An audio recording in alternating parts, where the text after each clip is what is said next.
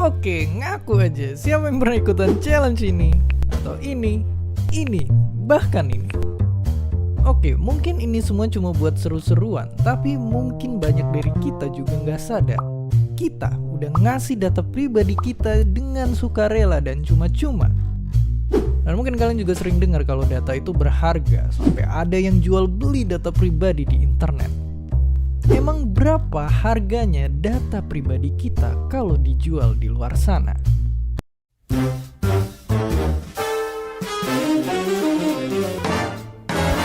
Ya, siap-siap terkejut karena jawabannya murah banget. Iya, murah banget. Bahkan informasi kayak nama, umur, kota tinggal itu tuh cuma setara sama seharga kayak kaleng soda bekas. Tapi meskipun murah, tunggu dulu sebelum ngobrol data kita di mana-mana. Karena jika kita ngeliat sisi lain di balik harganya yang murah, nyatanya data pribadi kita bisa bikin kerugian yang super mahal banget kalau nggak hati-hati dijaga. Kenapa bisa begitu? Oke, balik lagi ke challenge yang seru ini. Nah, nyatanya semua info yang kita update ini ternyata bisa dimanfaatin buat kejahatan yang zaman sekarang udah makin canggih. Misalnya dengan tahu nama panggilan atau kota-kota tempat kita tinggal, penjahat zaman sekarang itu bisa sok kenal dan mintain duit yang gak sedikit. Atau nggak cuma itu, ada yang lebih serem lagi, di mana mereka juga bisa pakai foto dan identitas kita buat berpura-pura jadi kita dan dipakai buat nipu orang lain. Ya, bahkan mungkin saking gampangnya orang Indonesia ditipu dan dicuri data pribadinya, Indonesia pun pernah jadi target penipuan online nomor 1 di Asia Tenggara. Sungguh prestasi yang membanggakan. Dan ancaman terkait data pribadi kita pun gak berhenti di diri kita masing-masing aja, tapi juga bisa dipakai ternyata jadi senjata massal ke masyarakat. Biar kebayang langsung pakai contohnya di kasus terkenal ini. Jadi ada satu ketika, partai sang calon presiden waktu itu dapetin data puluhan juta orang Amerika biar tahu gimana pandangan politik warga Amerika saat itu. Dari pengetahuan itu, mereka manfaatin itu sampai ujungnya bisa sampai menang pemilu. Ya, sungguh mengerikan. Dan dari contoh itu, kita semua tahu saking berharganya kalau diibaratin, data itu emang bisa jadi minyak zaman sekarang. Karena itulah yang kejadian. Coba lihat, inilah 5 perusahaan yang paling kaya raya zaman dulu. Dan coba lihat lagi, inilah perusahaan-perusahaan terbesar dunia sekarang. Kalau kalian teliti, mereka semua punya satu kesamaan. Mereka sama-sama ngolah data kita menjadi dalam tanda kutip emas yang baru. Oke, kesimpulan video ini sekarang kita tahu kalau data kita itu murah. Tapi di saat bersamaan juga kita jadi tahu kalau dilihat dari sisi lain, data kita luar biasa mahal. Dan di zaman sekarang yang serba online pun rasanya susah banget untuk nggak ngasih data pribadi kita.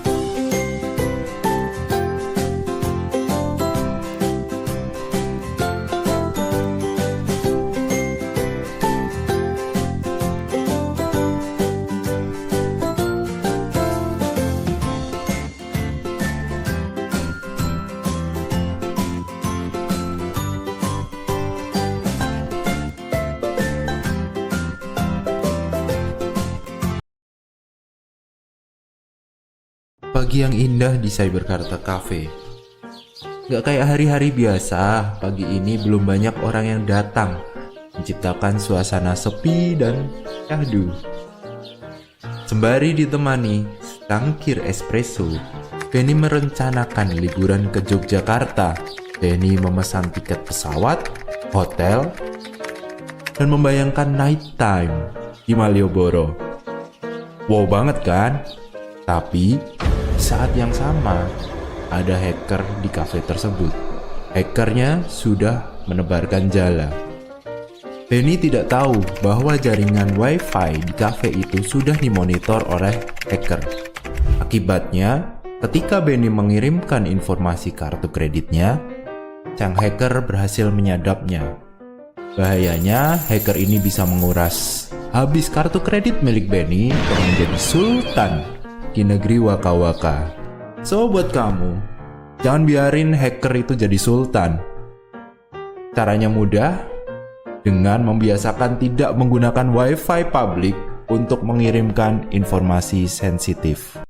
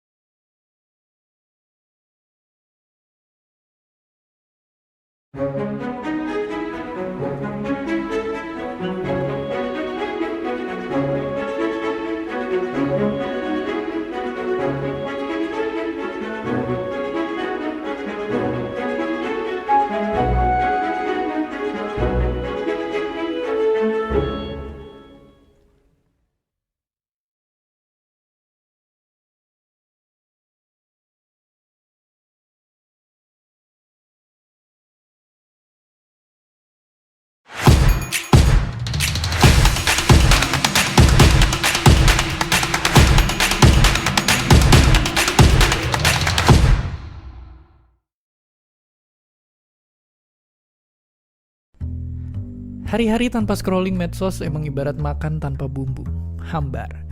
Dan ajaibnya, kita nggak perlu bayar buat ngakses media sosial. Cukup login dan nikmati.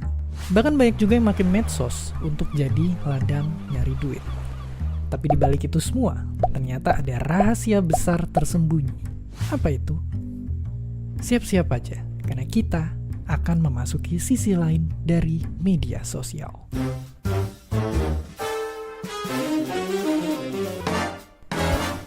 Ayo mulai dari pertanyaan pertama. Pernahkah kalian berpikir dari mana perusahaan media sosial dapat uang, padahal kita nggak pernah bayar? Ternyata bagi perusahaan media sosial, kitalah produknya. Coba ingat-ingat, kalian pasti pernah nge-like atau nge-search suatu barang, terus beberapa saat kemudian muncul ini kan? Ya, itulah salah satu trik mereka untuk dapetin uang lewat iklan. Intinya segala aktivitas kita di internet ternyata jadi sebuah catatan tentang diri kita. Apa yang kita suka, siapa yang kita idolain, tempat nongkrong favorit kita, dan banyak lagi. Dan catatan itulah yang nantinya dikasihin ke pengiklan. Emang terasa serem. Tapi kalau gitu, cara gampangnya bukannya kita tinggal nggak usah pakai media sosial lagi?